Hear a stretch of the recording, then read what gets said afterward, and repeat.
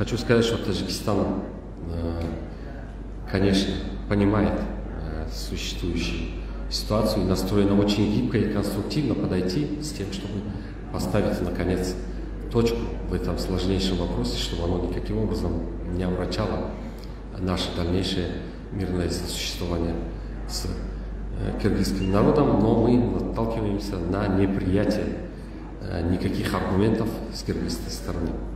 Более того, она позволяет себе в ходе переговорного процесса такие нецивилизованные методы, как отказ от ранее подписанных документов,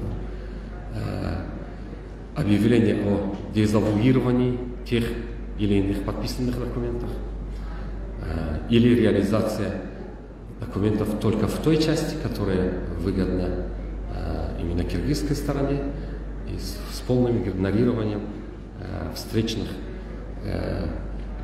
запросов таджикской стороны. Все это приводит вот к такому нагнетанию обстановки на границе.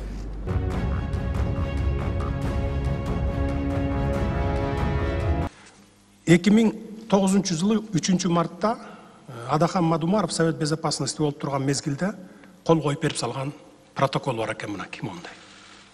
Ушул жерди алар биздики деп атат. Мен айтып атам, жок, силердики эмес. Бул жер 100 жылдан бери биз өтүп жүргөн жер Лейлеке. Десем, алар муну бетибизге такап атат. Мына Мадумаров секретарь Совет Безопасностьсына кол коюп берген деп атат. Ал мындай кол коюптур.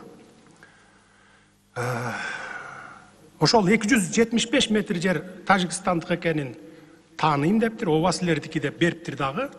Бирок кайра 49 жылга бизге арендага берип тургула дептир, деп кол коюптур мына. Ошо менен ушул протокол менен 49 жылга арендага алгансыңар силер деп атат.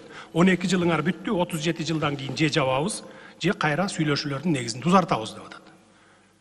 Мен айтып атам, Мадумаровдун кол койгонго акысы болгон эмес ал убакта деп атам. Эч ким аны ыйгарым укук берип жиберген эмес деп атам. Эки, бул юридикалык жактан жарабайт бунуңар деп атам. Мына ушуну. Анткени эки өлкөнүн ортосунда чек ара маселеси кандай чечилет? Биринчи, өкмөттөр аралык комиссиялар иштейт. Булар официалдуу түрдө. Андан кийин алар макулдашып, соглашениеге кол коюп келсе, мага келет президентке. Анан мен карап туруп, макул болсом жогорку кеңешке жиберем. Жогорку кеңеш макул болсо ратификациядан өткөрөт. Кайра мага келет дагы, анан мен кол койгондон кийин бүттү эки мамлекеттин ортосунда чек ара бекемделди, чечилди десек болот. Башка бир дагы тармактын акысы жок барып кол койгонго.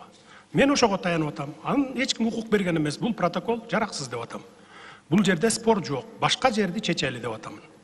Мына ушинтип талашып келатабыз.